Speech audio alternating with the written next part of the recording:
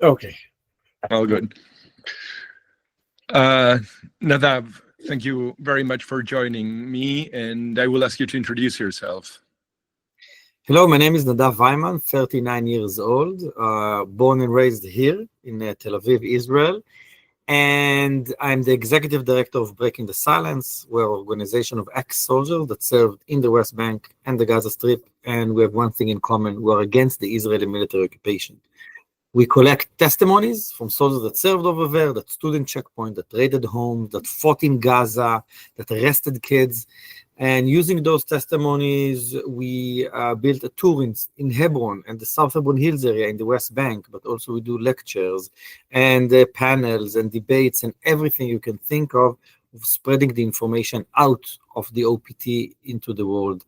We operate mainly in Israel, but also abroad in Hebrew and in English. You come yourself from not only a military career, I suppose, but you also come from a military family, with a family with deep roots in the Israeli army, right? Yeah, my grandfather was a major in the British Army during the Second World War. He fought in Egypt and in Italy. And then he was a general in the IDF in 1948 and a general in 1967 after we conquered the West Bank. He was the first military governor of the city of Bethlehem. And my father was a deputy battalion commander in the paratroopers. My two older brothers served in the special forces, and all of my cousins served in the special forces as well. So in 2005, when I joined the IDF, I joined the special forces like the rest of my family. Maybe we will get to that, but a lot of I guess like everybody else, I imagine that you might have, especially under current circumstances, seen a bit of pushback from family and from your immediate environment. Is this? Yeah, I've got to say that I'm doing this for the past 15 years, fighting the Israeli occupation as a part of Breaking the Silence. But after October 7th, after Hamas atrocities on October 7th, killing civilians, abducting civilians, rape, and destruction in the Gaza envelope, a lot of my friends, which are liberal Israelis or social democratic Israelis, told me, we don't have any empathy to Palestinians anymore. Or like, why are you doing what you're doing now? Like, they are our enemies. We have to protect ourselves. All kinds of slogans, which I really understand because it was really frightening what happened on October 7th and after October 7th. And I understand why it was like a jolt to what they believe in. But I've got to say that the majority of the people around me came back to their liberal views after the shock of October 7th. You are... like me, you're a father, and I know this not because I'd been stalking you, but because we communicate on messaging channels, and of course, all of us of a certain age start showing pictures of our children. At some point, you start showing pictures of your grandchildren, but I guess we're not there yet. Has that have an impact in how you see Gaza? Of course. I've got to say, first and foremost, I see Gaza, or I see reality also through the eyes of my daughter. My daughter, she's 9 years old, and she has a father that is a political activist all of her life. And she hears a lot of things back home, and she asks a lot of questions. And when you have to dumb it down a little bit and explain to kids why we have missiles from Gaza, what's going on from over there, it's very interesting to understand that. But more than that, my daughter teacher called me last year to tell me that in the middle of school, Dror, my daughter, explained to classmates when she was 8 years old that there is a difference between Gaza and the West Bank. There is a reason why they are firing a rocket at us. There is, and she was afraid. And I was like, okay, it's amazing. She can speak about it. Wow. Yeah. I don't want my kids to grow up in an Israel that I grew up in, undemocratic, occupation, militaristic Israel. And I think a part of the path of what I'm become as a political activist was after I became a father, because you understand that education, it's something that you do for years to come. When you're activist, you think about, okay, we have to stop this or that wrongdoing or go to that village. But there's an important thinking about thinking 15, 20 years in the future. I think children really do allow you to do that in a way that is really very forward, right? I mean, I see it in my children, and obviously because I'm also very involved with the question of Palestine, not because I'm an Israeli, but because I'm a Jew, and because some of the things are being done also in my name. I see my children sort of being exposed to this, and there is always the question of not only dumbing it down, which I think you're completely correct about that, but the question that I often ask myself is, to how much of it should I expose them? Obviously, if you are in Israel, you are sheltered by a certain amount of censorship, but at the same time, I imagine you're very exposed because the violence is at your doorsteps, kind of thing. Here in Berlin, that's not the case, but obviously there is so much movement around these issues that it's kind of strange to admit finally, after being very reticent to the idea that we do things for the following generations, that I'm really thinking of the children of my Palestinian friends that cry and say, why are we hated? What have we done wrong?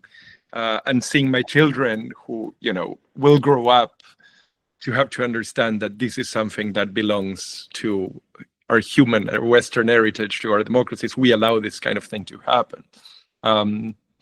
In any case, I want to focus a bit on what is really your work. And there are probably a lot of parts, but I would like to talk a bit about Gaza, and I would like to talk a bit about the West Bank in a few minutes. So let's start with Gaza, because that is what is right now in front of us. So the first, let me just start with your statements and the breaking the silence work on human shields, which is one of the most recent things that you guys have published. So your findings were that, in fact, and the reports of soldiers that have joined you, is that in fact there was a systematic use of Palestinians as human shields. And I think I saw even in one case you talking about slavery, or I think that was the way you were quoted, but I think you referred to being forced, Palestinians being captured and being forced to perform tasks for the Israeli army. So can you talk a bit about that? Yeah. So first of all, one of the first things that happened after October 7th is that the IDF start attacking from the air, drones, fighter jets, helicopters, and artillery. And only on the 27th of October, 20 days after October 7th, the ground invasion started, and then we started demolishing Gaza and taking over refugee camps and entering Gaza, the urban areas.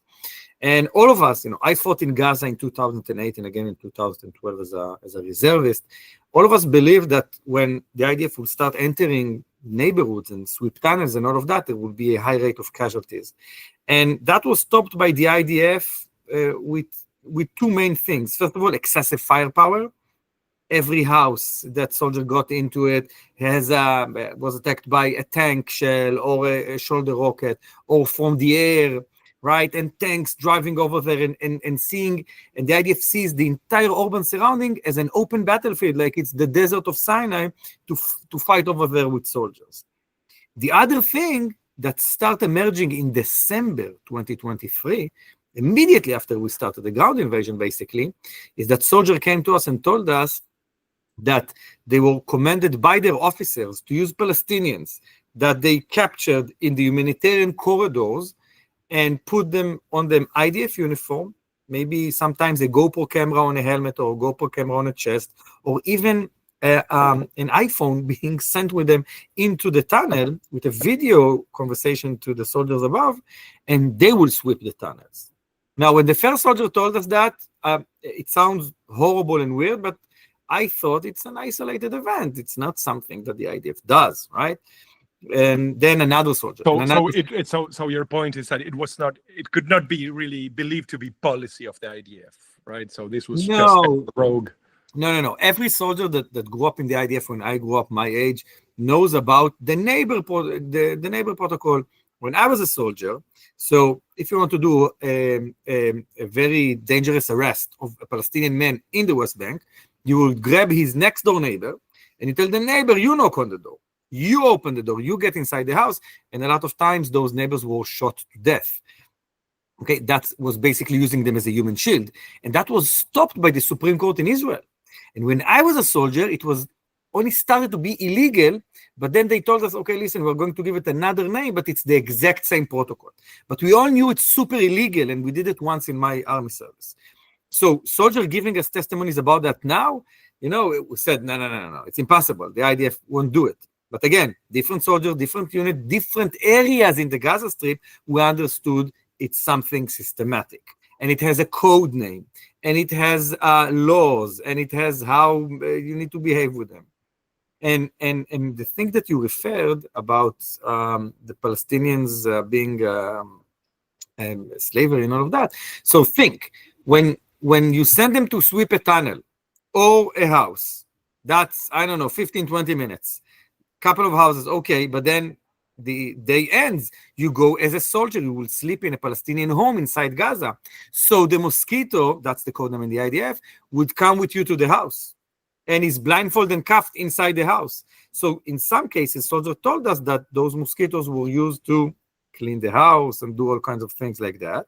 In other cases, soldiers told us that they were just left aside, and somebody came and gave them some water every couple of hours, right? But basically, you have human beings that are with you inside the house and are being used during the day as a tool to sweep houses, but the rest of the time they live with you inside the house in Gaza. Think about that situation as a human being, seeing that, experiencing that. It's a crazy, crazy situation. There is cohabitation with your hostage, right? I mean, you're keeping a hostage, which you're naming a mosquito, and you're cohabiting with him as long as you need him. I wanted to ask you about another issue that has emerged really quite early, which is the question of sharpshooting and sniping children, which was something that was first reported quite marginally by American doctors returning to the US. Then there was a big breaking news, which was this Jewish doctor, Perlmutter. And then the New York Times piece came out, and there were I think something like 30 doctors reporting. The numbers that we were looking at about 2 weeks ago was that 80% of doctors that had volunteered in Gaza had treated children with single bullet wounds to the head or to the torso. Yeah. Now, I've got to say that, first of all, I was a member of a snipers team in the Special Forces, and I was a spotter. And as a spotter, what you do, all of your army service, is to find targets to shoot at, right? So my job was to identify if that's the individual that we're looking for, if he's armed, and then give guidance to the snipers and count 3, 2, 1, fire. That was my job. Okay, so my entire army service, I looked at people through thermal cameras or electric or optical cameras during the day, and I looked at their behavior and what they are carrying, and you need to decipher if that's somebody that is trying to hide something when he's walking like that, or is just, I don't know, has a limp, I don't know, right? And the thing is, it's quite obvious, even if you look from 600, 700 meters, that you're looking at a kid or a teenager. Because, again, as a father, you know that kids move differently, right? They're like clumsy, and their head moves a lot more than adults, right? And their hands moves a lot more, and they run a lot more. They don't walk, right? We walk, they run. And that's one thing. And the other thing is that the size of the body and what I'm trying to say, that if you're looking for a couple of minutes at a street, at an alley, something, you can see if it's a kid or if it's not a kid, right? Even from long distance. Now, I've got to say that in Breaking the Silence, we didn't got any testimony from any soldier talking about a command to shoot at kids, or really to find kids to shoot at them. But I can tell you from the testimonies that soldiers gave us about Gaza now, it's quite obvious that the situation in Gaza, it's crazy. Because first of all, there's a lot of rubble. You're moving and fighting within rubble, within a broken city, a demolished street, alleys that don't exist anymore. So when you see targets, when you see human beings, you see it for a very few seconds, moving between houses or far from you. That's one thing. And the other thing is that the soldiers were ordered, the rules of engagement that they got in neighborhoods that we threw leaflets or sent text messages to Gazans leave because we are entering. The rules of engagement was every man, military age, shoot to kill. Okay, every man, military age, shoot to kill. First of all, what's military age? 16, 17, 18, 75, 85? And why every man, military age, shoot to kill? Rules of engagement are built on an idea that you squeeze the trigger only as the last result, right? And over here, soldiers are being told, don't think, shoot. Why? To defend our soldiers, it's very coherent with the IDF doctrine that is called zero casualties to our soldiers. We don't want our soldiers to die. I don't want our soldiers to die. But the thing is, that doctrine is putting all of the dangerous part in fighting on the civilians of the other side, right? Not on our soldiers. And I've got to say, it's very easy when you're sent to Gaza and they tell you, don't think, just shoot. Because it's very hard to understand who's a militant, who's not a militant, who's a kid, right? So in that surrounding, when soldiers are giving order to shoot at everyone you see, and you're moving between house to house, between an alley to an alley, and then they give you a line in the sand that doesn't exist in reality, right? And they tell you everybody that goes through that line, shoot him. So you just sit around, you're waiting, somebody move, you shoot. And again, we don't have any testimonies in Breaking the Silence about soldiers that were ordered specifically to shoot at kids, but I saw the material. I read all of those articles.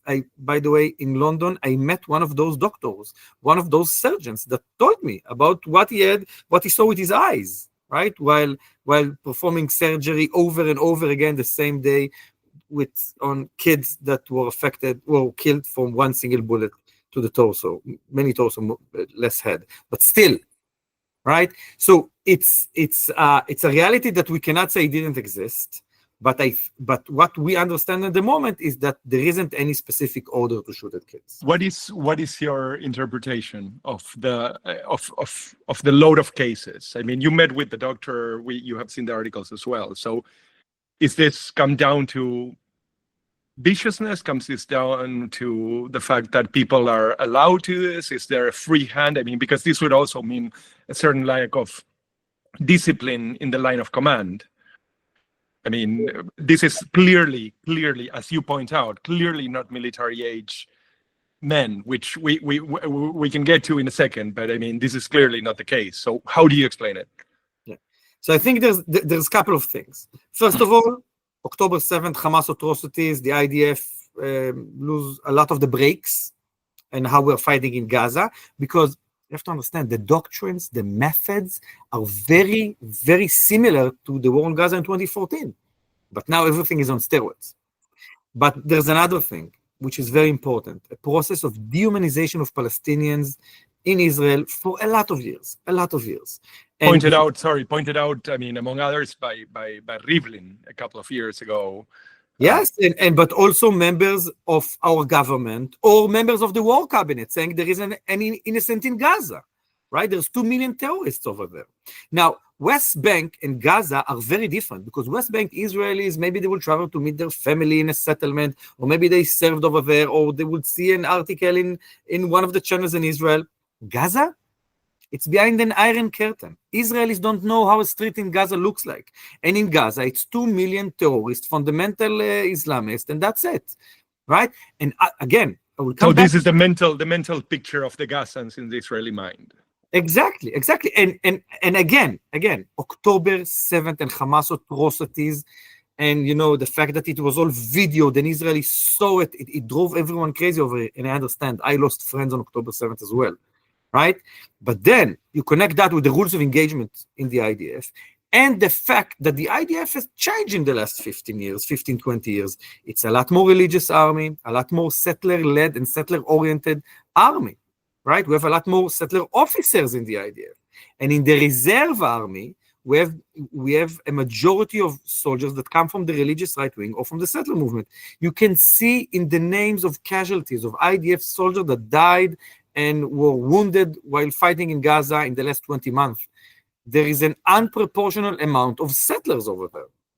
And I understand it's very coherent with how they see being a citizen in Israel or taking over the different infrastructure, government infrastructure in Israel for their political views, annexation, Israel stop being a democracy, and all of that. And again, I can see it from the unit where I served in, which was an ultra-secular unit, but all of our officers almost were settlers. Let me touch once more on the question of the rules of engagement around this idea that anybody of military age, any male of military age, was a viable target. It goes quite some way to explain the targeting of journalists, for instance, and probably the targeting of people that are, basically performing all sorts of different tasks. But there has also been a fairly large amount of first responders, physicians, unrelated people, well, in principle, unrelated to any kind of armed struggle. Is this policy, you think, or is this simply quite literally every male of fighting age is a legitimate target? I don't think it's a policy, but I can tell you that we always ask our testifiers what was the rules of engagement. And after they told us, we noticed that there's something missing. In the rules of engagement that the soldier told us that they got in Gaza, there wasn't anything about what happened when you see a medic, what happened when you see a journalist, and what happened when you see one of our hostages running, right? And January 2024, we had 3 hostages managed to escape their captives, Alon, Samer, and Yotam, and 3 of them were shot to death by IDF soldiers in a very long incident, I can say, or 2 different incidents. They did everything I would do. The 3 of them walked without their shirts, with a white flag in the afternoon in the middle of the street, right? Shouting in Hebrew. Yeah, and the one that was leading that, I'm sure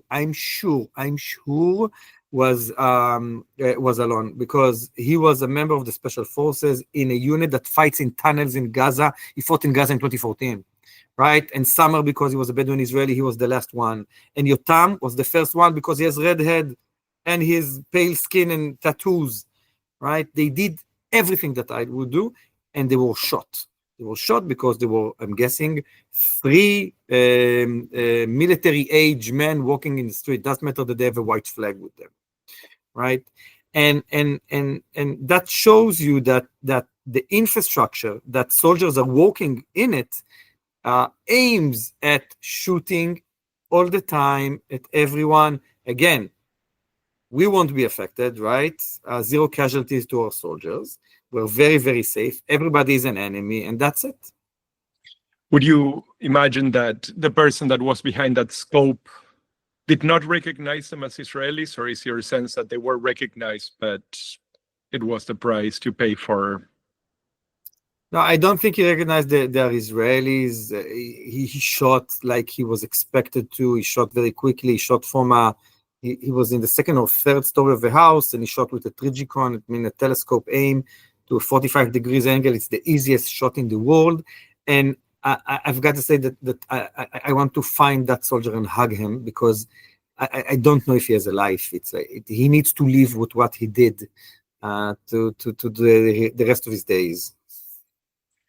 One last question about Gaza before I ask you about the West Bank. So we've been seeing consistently from the very beginning reports on what can best be described as sort of a dystopian battlefield situation, drones flying around, AI targeting, by some accounts, black box targeting. So, I mean, with no human intervention.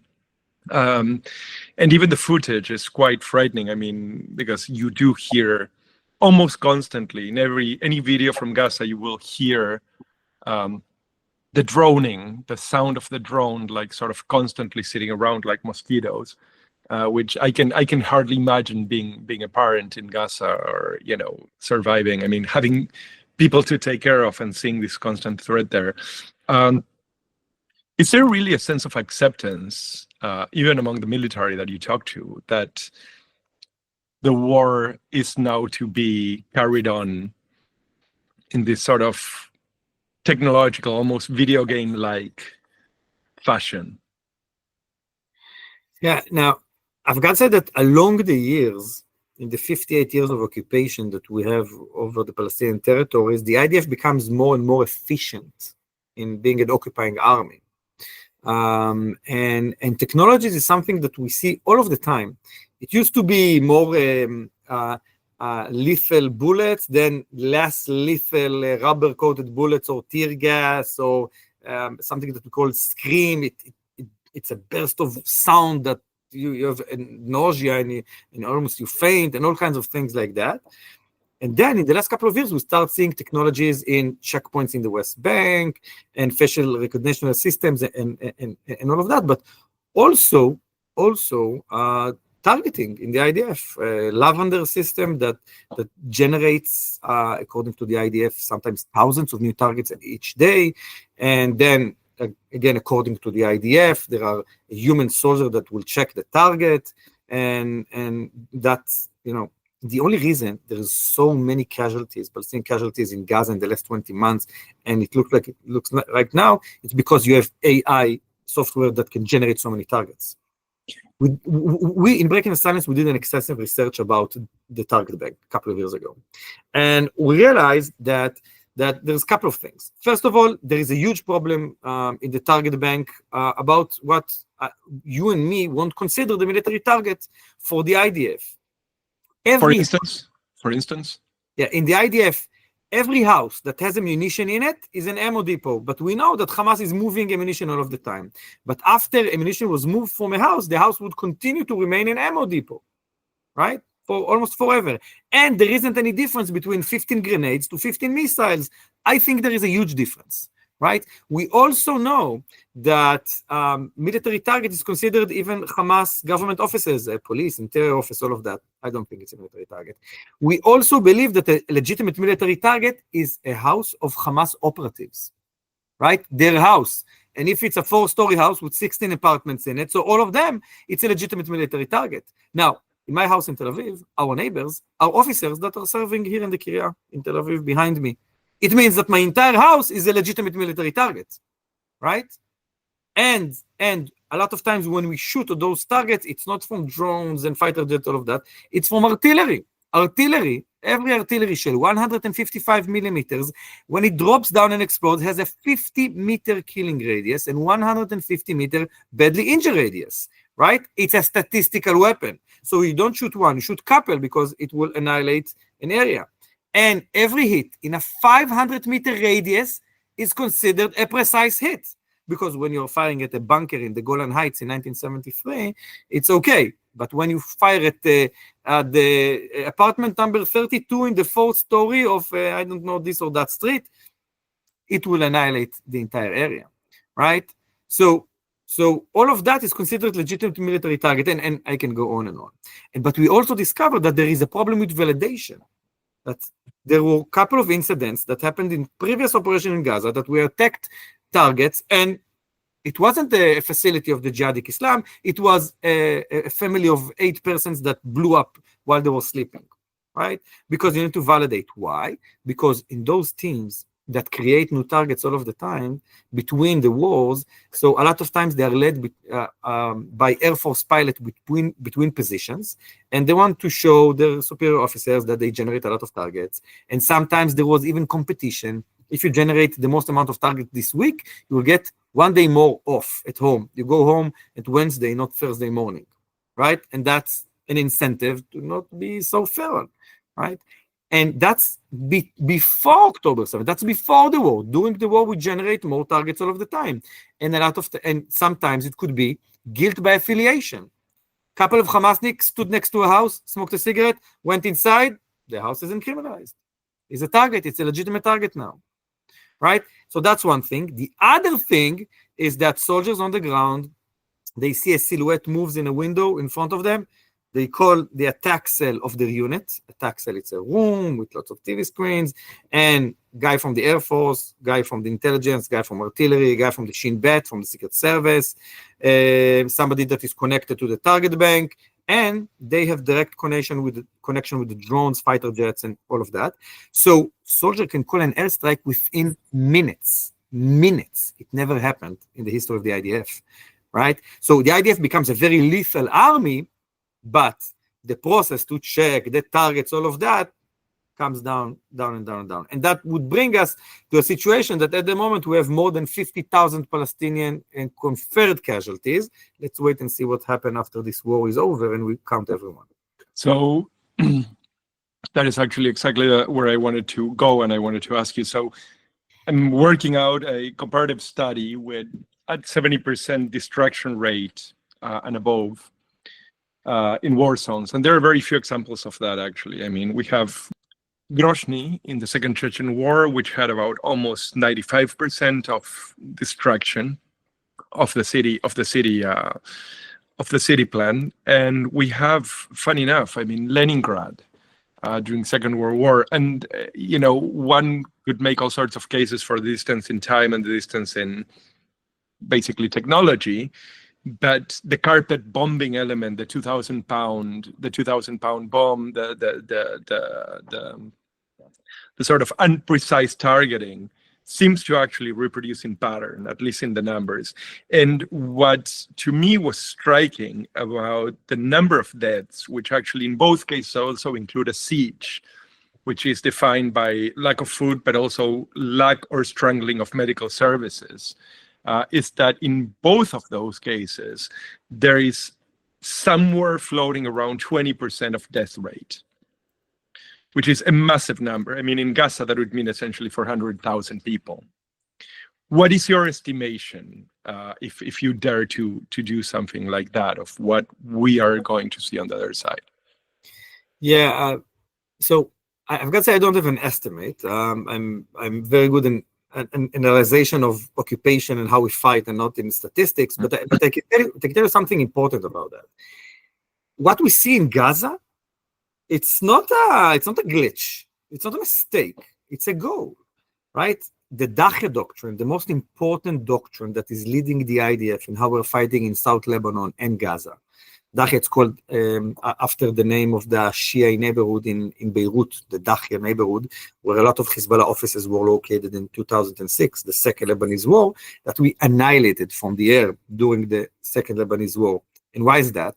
Because the Dache doctrine believes that because we are fighting a non-state actor, Hezbollah in the north, Hamas in the south, in an asymmetrical war, we are a Western army, and they are a terror organization or a terror army, right, Hezbollah. We won't have the old traditional winning of IDF soldier planting an Israeli flag on a base and killing the enemies of the soldier, or of the soldiers of the enemy. What we can do is make the rounds of fighting as farther as we can from one another, because it's indefinite fighting. You know the book 1984, War is Peace? So that's the Dache doctrine. And how we make the rounds of fighting as farther as we can from one another, we create unproportional damage to civilian infrastructure, roads, tunnel, bridges, government offices, water facilities, all kinds of things like that. Why? So the villagers in South Lebanon will tell Hezbollah, we don't want you over here. You bring destruction, right? Or people in Gaza will tell Hamas, you bring only destruction. And that Hamas would need to rebuild Gaza and not buying new missiles to attack us. Now, that method didn't really work in South Lebanon in 2006 or in Gaza in 2007 to 2014, but that's the doctrine. And if you understand that doctrine, you understand that destruction, it's not a means to an end. Destruction is the goal. We want destruction, right? So it's not something that happens because we want to punish. No. It's because we believe that we need destruction. Look at Rafah. Look at how Rafah is. Rafah, if you look at aerial photos at the moment, it's gray because it's all rubble, right? We're systematically demolishing it. So at the beginning of this war, we attacked a lot from the air, but now we have bulldozers on the ground that basically they chew down the entire Gaza Strip, right? So the number of casualties, we don't know. right? But I'm sure it will go up and up and up and up and up and up when this war is over, and especially when international organization and international media can step inside the Gaza Strip. But what I can tell you for sure, it's not a mistake.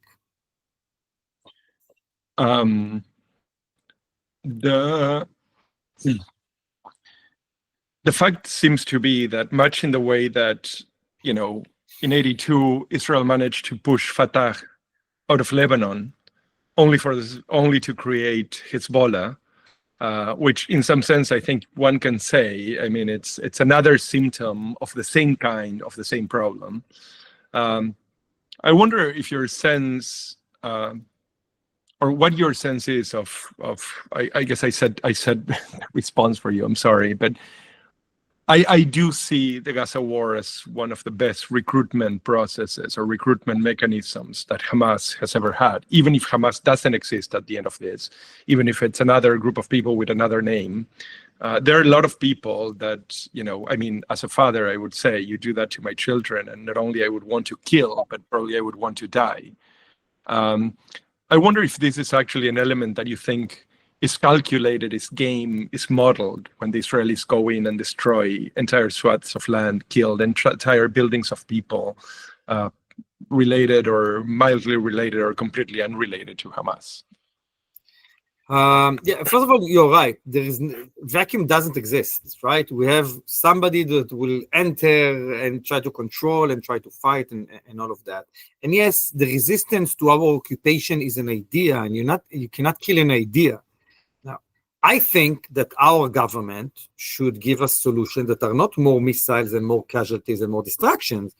Two-state, one-state, federation, confederation, there are so many, right? The Arab Initiative, right, or the Saudi Initiative of the Arab League, for example, the Geneva Initiative over in Israel, there is so many, right? But our government gives us only more and more death and destruction. So I don't think there is a thought behind it if you're creating the new generation of terrorists and all of that.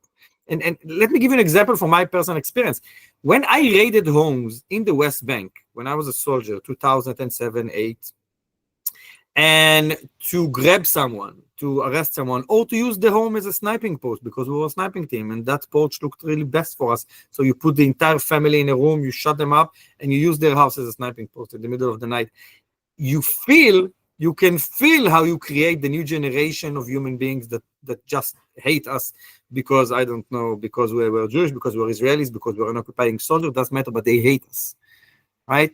Well, because you're also occupying. I mean, as Shaul put it when he was in Berlin. I mean, the founder of Breaking the Silence, he said, "Well, my job used to be, or I thought my job was going to be, to defend Israel, and it turns out that I was just there to make children pee in their pants in the middle of the night." And as a father, I think that you terrorize my children that way, you'll be my enemy for a lifetime. I mean, that's a matter if you're Jewish, white, black, or Exactly. And that's something, that you feel the minute you cross the green line. When I crossed the green line for the first time in my life with, full body armor and weapon and a helmet and all of that. And then suddenly millions of people, they look at you with a mixture of fear and hate in their eyes. And it's a weird feeling to walk around like that everybody hates you and everybody is really afraid of you. And it could lead you to be, like an ego trip that I can do whatever I want, which happens a lot, also inside Gaza, right? Or it can lead you to understanding that, whoa, if we want to live together, because we will always be neighbors, us and the Palestinians, right? So we need a different route than what we're doing right now. So obviously, if you're a human being and you have two eyes and a heart, you understand that occupation is not the way, or what we're doing in Gaza, it's not the way. Right? But if you have, like our government, messianic point of view that they want to transfer, right, throw away all of the Gazans from Gaza, the same thing that happened to my grandfather in Poland, they want to do. Yesterday, 2 days ago, our defense minister, Israel Katz, said we are building, quote unquote, a humanitarian city in Rafah where Palestinians would enter and they could not leave. Right? And for me, it sounds horrible, because I'm a Jewish man and I know my history. Right? But for them, it's just another day at the office because that's their plan. They don't want to see Palestinians from the river to the sea. Let's move for the time we have left to the question of the West Bank. So obviously it has faded a bit from view because, people are understandably paying much more attention to Gaza, but there has been, I think, pretty much thoroughgoing and uninterrupted pogroms, burnings, arson, several cases of people killed. I think since the 7th of October of 2023, 1,000 Palestinians had been killed in the West Bank. And curiously enough, very few seem to remember that 2023 was itself one of the deadliest years in 25 years for Palestinians in the West Bank, including 35 children that got killed. I mean, now the number seems really just irrisory, but the situation there seems to continue to deteriorate. There are now new approvals for settlements. But what you also have, and this to me has become one of the most heartbreaking and curious aspects of it, is that it is complete impunity. You see an attitude of complete impunity, and it is really the symbiosis of settlers being backed up by soldiers. So I've got something about the impunity. It's something that you understand very quickly as a soldier in the IDF, that nothing would happen to you if you do something bad. First of all, you look left and right, and you see if soldiers really did something bad, if a civilian died under your watch. So the investigation would, most of the time, would drag for years. And then you finish your army service, and then you become a civilian. So it's a new investigation, right? In the civilian authorities in Israel. But the army didn't collect forensic evidence. The army didn't interview, didn't took testimonies. So it's very hard, 4 years later to go back to the scene and to find something. And there's something that we call the spirit of the commander, Roch HaMefaked in Hebrew, which means that your officer will tell you something in the briefing, that's the rules of engagement, and then in the operation, in Nablus or Kabatia or Jenin, he does things very differently. And you say, okay, you say something out loud, but you can do whatever you want over there, right? So impunity, it's something that you live with, right? And again, I'm going back to a very important process in Israel, dehumanization of Palestinians. Because Palestinians are the other, are bad, they live behind the mountains, they are they are not human like me and you and all of that. So, okay, you shot one of them. They are all against us. They want to push us to the sea. They're anti-Semites, all of the things that the right wing is saying about them, right? And you see more and more of that since we have Benjamin Netanyahu, with his trial on him, and his alliance with the extreme right wing, that he will give them everything to keep his coalition. And one of the things is key position in the government. Smotrich, which is our finance minister, and a minister inside the defense ministry in charge of the civil administration of Palestinian land, and Itamar Ben-Gvir, our home defense minister that is in charge of the police that is operating in the West Bank, and the border police is underneath him. So both of them are extreme right-wing Kahanists that believes that basically they're against democracy, basically, right? And they believe that there's the Jewish people and we're above everybody else. And that's it. They believe in Jewish supremacy. So when they are the key speakers of our government, they are leading basically soldiers and officers in the West Bank. So the entire situation or the entire infrastructure around you as a soldier is the infrastructure of impunity. There is also the fact that in the Jewish national law, I mean, the last element that was brought into the fundamental body of laws, which has constitutional status, even if it's not a constitution. I think it's Article 7, although I probably shouldn't be quoted on that, but it's actually the expansion of settlements as a reason of state for the Israeli government and for the Israeli state. So obviously, I mean, we have here something that is very curious for democracy in any case, which, that's a debate that we don't need to have right now, but it's the idea that it is baked into the political and legal machine, essentially the ethnic cleansing of Gaza and the West Bank.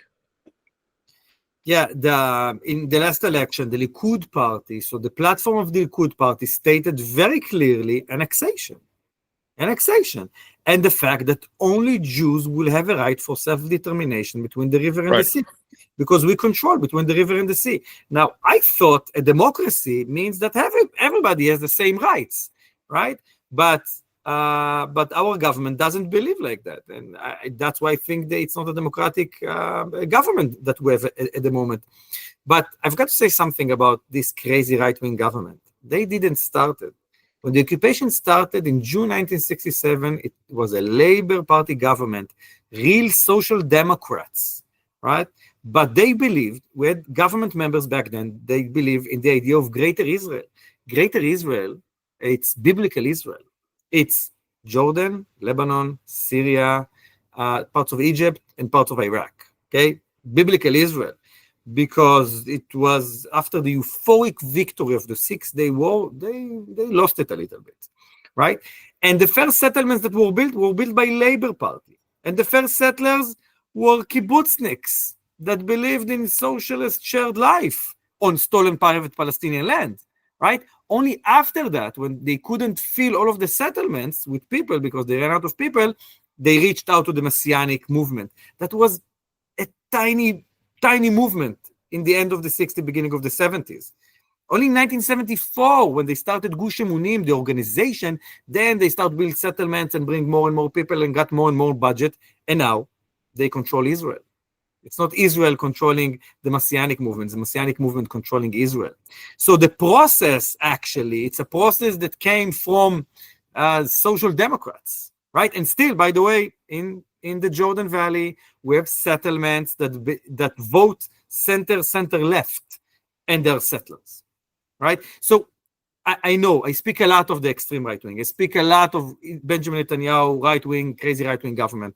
But the fact is that Israeli governments from right and left build the settlements and build this infrastructure of impunity to soldier, among other things, for the past 58 years. I promise just two questions left that I still want to touch on.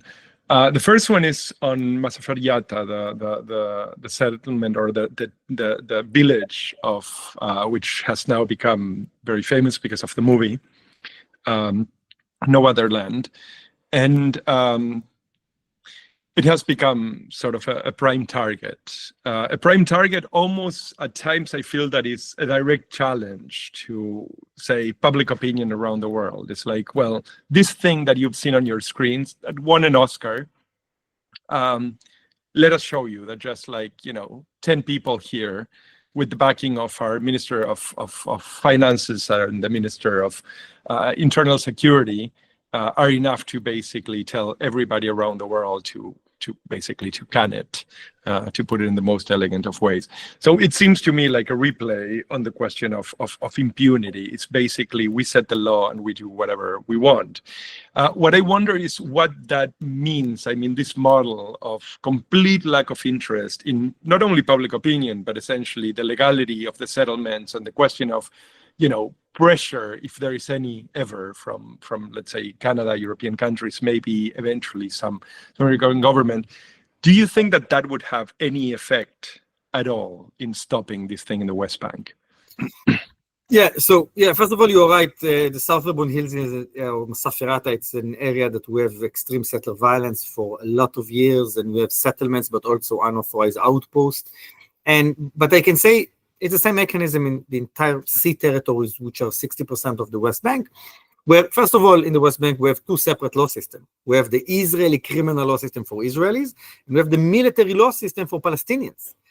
And it's, human beings with two eyes, two nostrils, two ears, two hands, on the same piece of land, two different sets of laws according to your nationality. Okay?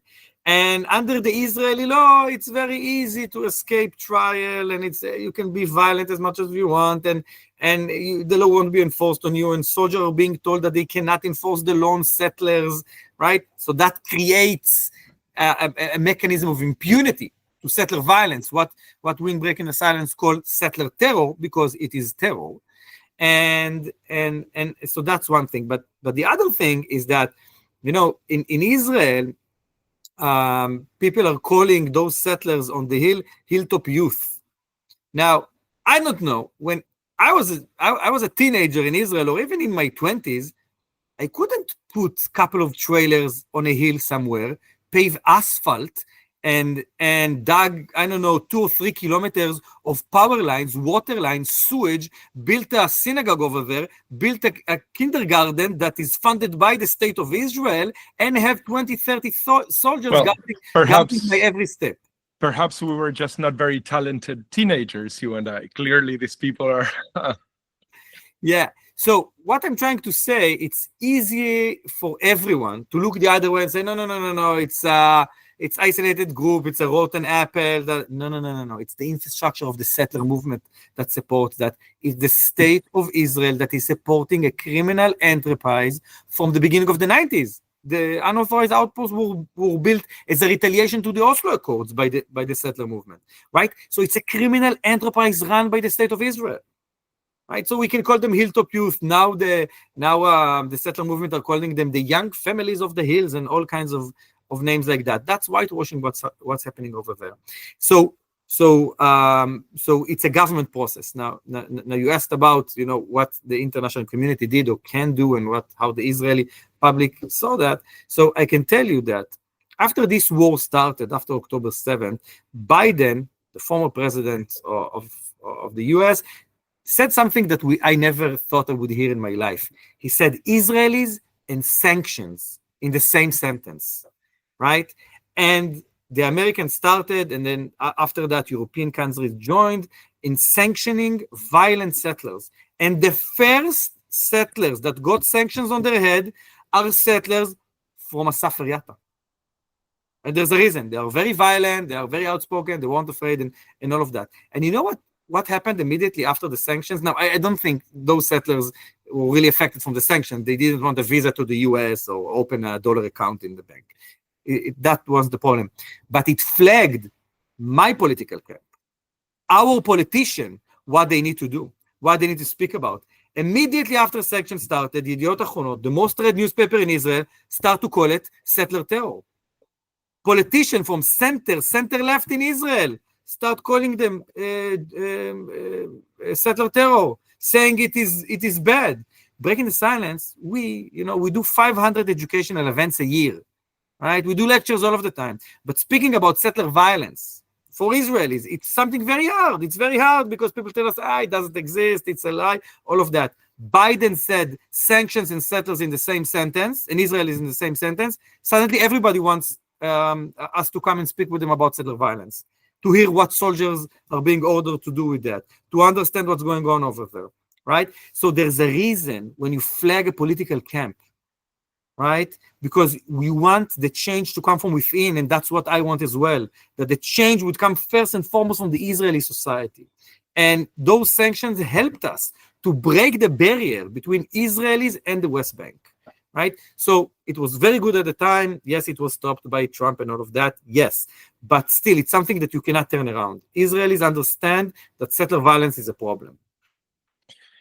Now, this will be my last question. And what I would like you to tell me is a bit of where do you think this will go? How do you think this will end? Just not perhaps the entire history of the Middle East, but Gaza and its overflow into Lebanon and so on, and what will happen to the Palestinians that probably both you and I know, and what will happen to the Israelis that you and I want, that want sort of a secular democracy where they can raise their children with their Palestinian friends without fear.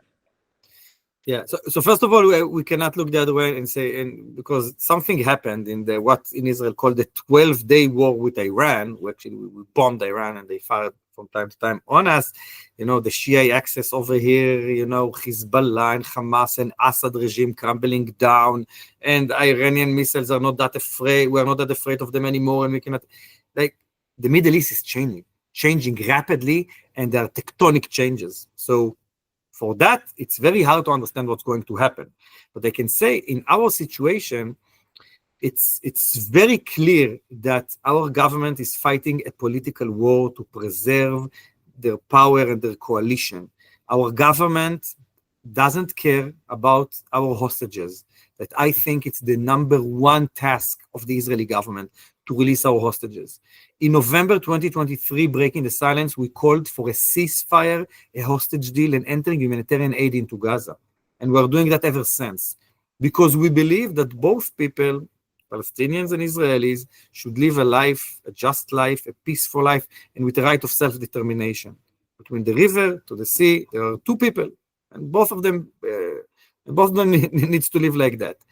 Now, I think more and more Israelis now understand that Benjamin Netanyahu doesn't care about living Israelis. Maybe he cares about death and destruction, and also his right-wing government. And there is something that we cannot take away. It's what is happening to the Israeli society for the past 20 months. A lot more militarized society, a lot more violence, a lot more polarization between right wing and left wing in Israel. And I think that if we'll have elections soon, because Bibi wants the election, I think it could be crucial elections between, let's say, the liberal democratic camp in Israel and Israelis that don't believe in democracy. So Martin, ask me again the same question in 2-3 months when we'll have elections, hopefully, and I can give you a straight answer. But obviously, we're going to have tectonic changes in our region. What do you think will happen to Palestinians? If it goes like it goes right now, so maybe we will have a transfer or an ethnic cleansing in Gaza and in some parts of the West Bank, because this government is unstoppable. And unfortunately, we don't have the American administration to stop us. And the EU is too weak because of the Czech Republic and Hungary. And unfortunately, we don't have enough leaders with an ideological backbone in my political camp that can take the energy of the protest in Israel and to turn it into political power. So if we continue the same things that happening these days, we're looking at a tragic, not ending, but a tragic event that is going to happen between the West Bank and Gaza. Nadav, I really thank you. I admire not only your work, but really your guts, your courage. I mean, it's easy to shout at the clouds in Berlin, but you are kind of working in the belly of the beast. So it's you really have my admiration. Anytime you want to, or you have the time for me, I'll be delighted to talk to you. Great. Thank you very much, Martin. You too. Have a good afternoon. Bye-bye. Bye.